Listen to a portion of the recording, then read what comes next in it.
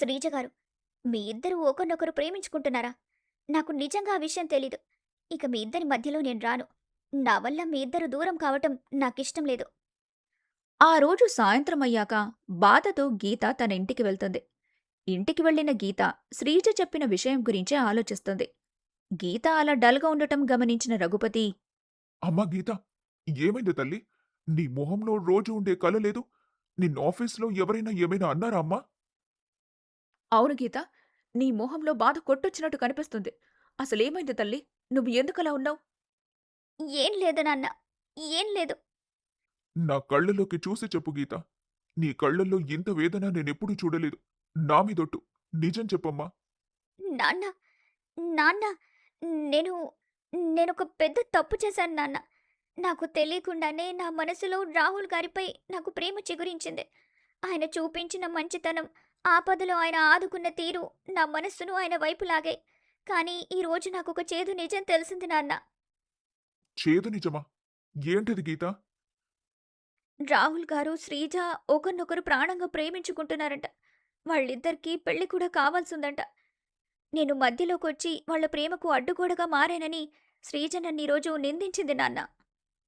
ఏంటి? రాహుల్ బాబు, శ్రీజ ఒకరినొకరు ఇష్టపడుతున్నారా?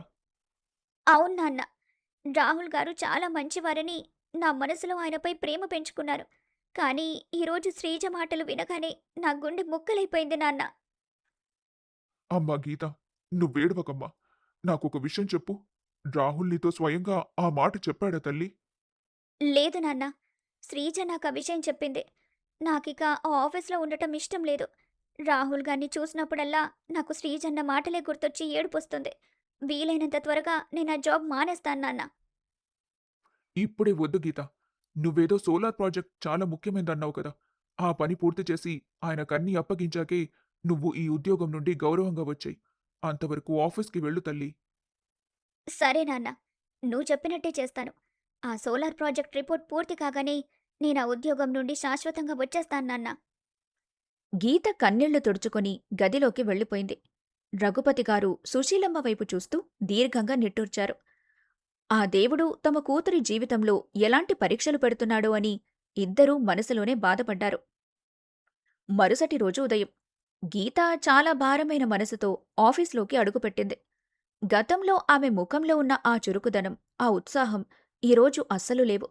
చాలా నీరసంగా, నిర్లిప్తంగా తన సీట్లో కూర్చొని ప్రాజెక్ట్ ఫైల్స్ ఓపెన్ చేసింది. రాహుల్ గీత ముఖంలోని నిస్సహాయతను గమనించాడు. రాహుల్ మెల్లగా నడుచుకుంటూ గీత టేబుల్ దగ్గరికొచ్చాడు.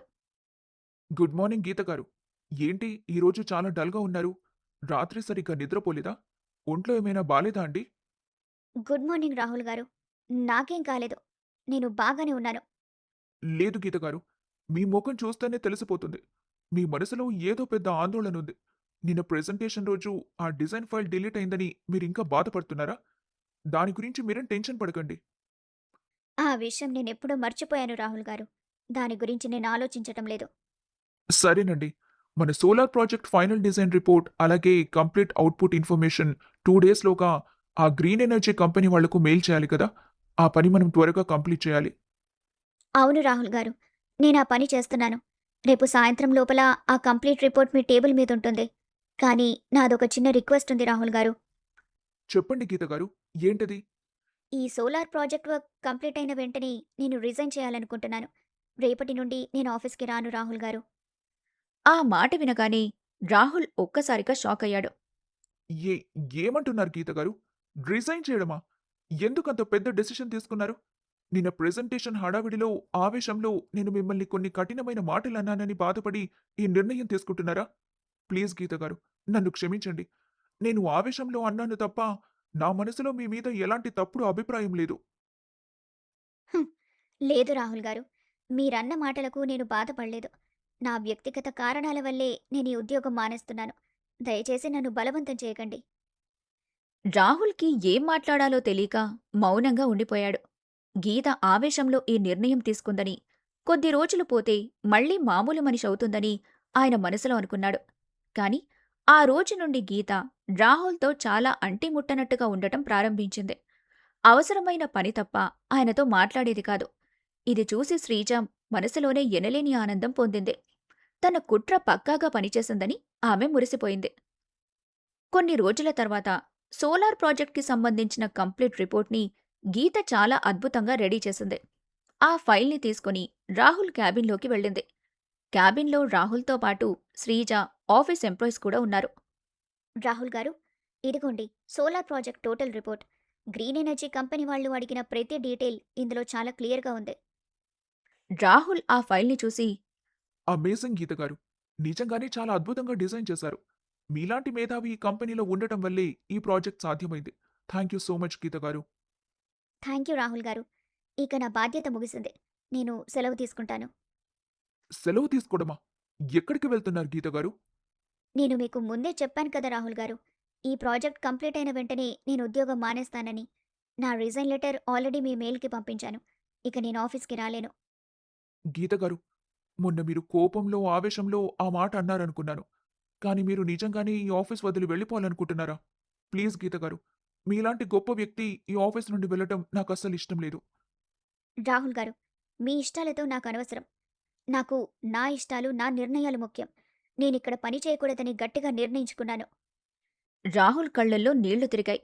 గీత తన నుండి శాశ్వతంగా దూరమైపోతోందనే వేదన ఆయన ముఖంలో స్పష్టంగా కనిపించింది. ఆయన గొంతు వణికింది. గీత గారు, మీరు వెళ్ళిపోతాననంటే నాకెందుకో బాధగా ఉందండి.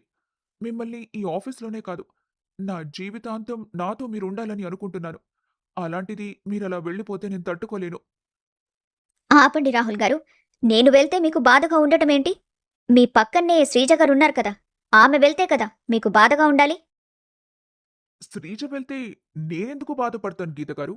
అసలు శ్రీజకి నా బాధకి సంబంధం ఏంటి?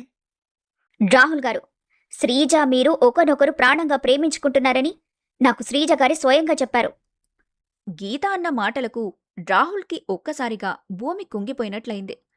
ఆయన కళ్ళు పెద్దవి చేసి శ్రీజ వైపు చూశాడు. ఆఫీస్లోని ఉద్యోగులందరూ ఆశ్చర్యంతో నోరు తెరిచారు. ఏంటి శ్రీజ ఇది? నేను నిన్ను ప్రేమించడమేంటి? అసలు గీత గారికి ఈ అబద్ధం ఎందుకు చెప్పావు? అది అది రాహుల్, నేను నేను శ్రీజ, నువ్వు నాకు కేవలం ఫ్యామిలీ ఫ్రెండ్స్ మరియు ఒక స్నేహితురాలివి మాత్రమే. నీ మీద నాకు కలలో కూడా ఎలాంటి ప్రేమ లేదు. కానీ గీత గారికి నువ్విలాంటి పచ్చి అబద్ధాలు ఎలా చెప్తావు శ్రీజ? నీకసలు బుద్ధుందా లేదా? శ్రీజ నోటి నుండి మాట రాలేదు. ఆమె తలదించుకొని నిశ్శబ్దంగా నిలబడింది. రాహుల్ వెంటనే గీతవైపు తిరిగి ఆమె చేతులు పట్టుకుని కన్నీళ్లతో మాట్లాడటం మొదలుపెట్టాడు. గీత గారు, నన్ను నమ్మండి. నా మనసులో శ్రీజ ఎప్పుడూ లేదు. ఆమె నాకు కేవలం ఒక ఫ్రెండ్ మాత్రమే. ఆ మాట వినగానే గీత గుండెల్లో ఒక సరికొత్త ఆనందం వెల్లువెత్తింది.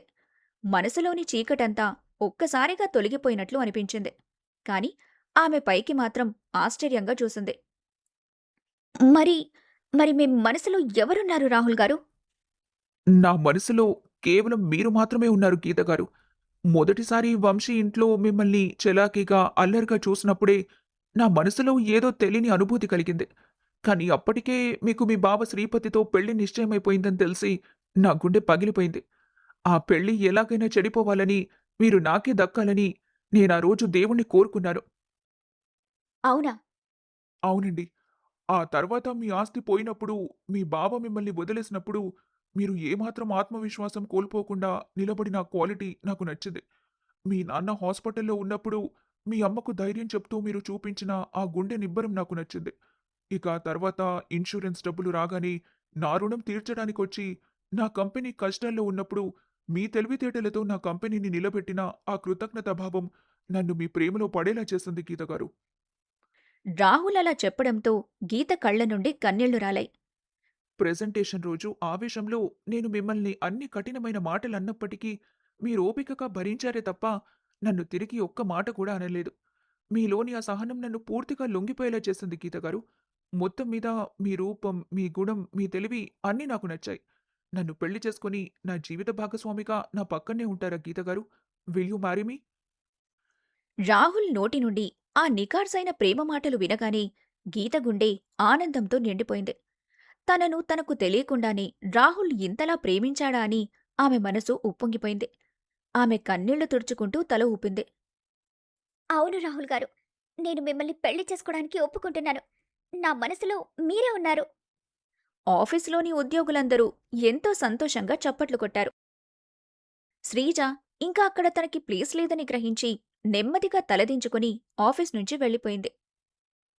కొన్ని రోజుల తర్వాత రాహుల్ తన తల్లిదండ్రుల్ని ఒప్పించాడు. గీత కూడా తన తల్లిదండ్రులైన రఘుపతి గారు సుశీలమ్మలను ఈ పెళ్లికి ఒప్పించింది.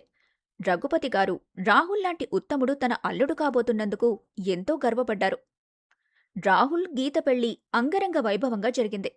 అప్పగింతల సమయంలో బాబు రాహుల్, నా కూతురి జీవితాన్ని నీ చేతుల్లో పెడుతున్నాను. తనని బాగా చూసుకో బాబు. మావయ్య గారు, గీతకి ఎలాంటి లోటు రాకుండా చూసుకుంటాను. మీ ఆశీస్సులు మాకెప్పుడు ఉండాలి మావయ్య గారు. కొన్ని రోజుల తర్వాత గీత తన భర్త వ్యాపారాన్ని తన చేతుల్లోకి తీసుకుంది. గీత ఆ కంపెనీని మంచి పొజిషన్కి తీసుకెళ్లి ఒక గొప్ప వ్యాపారవేత్తగా ఎదిగింది. తన తెలివితేటలతో, గుణంతో అటు పుట్టినిల్లు ఇటు మెట్టినిల్లు రాతను మార్చే మహాలక్ష్మిగా నిలిచింది గీత. ఆస్తులు అంతస్తులు శాశ్వతం కాదు. మనుషుల ప్రవర్తనలో ఉండే నిజాయితీ, మానవత్వం మరియు కష్టకాలంలో నిలబడే గుణమే అసలైన సంపద. స్వార్థంతో కుట్రలు పన్నే సుభద్రమ్మ, శ్రీజల్లాంటి వాళ్లకు కాలమే సమాధానం చెబుతుంది. ధర్మం వైపు నిలబడి కష్టపడే గీతలాంటి ప్రతిభావంతులకు భగవంతుడు ఎల్లప్పుడూ అండగా ఉండి సరైన విజయాలను అందిస్తాడు.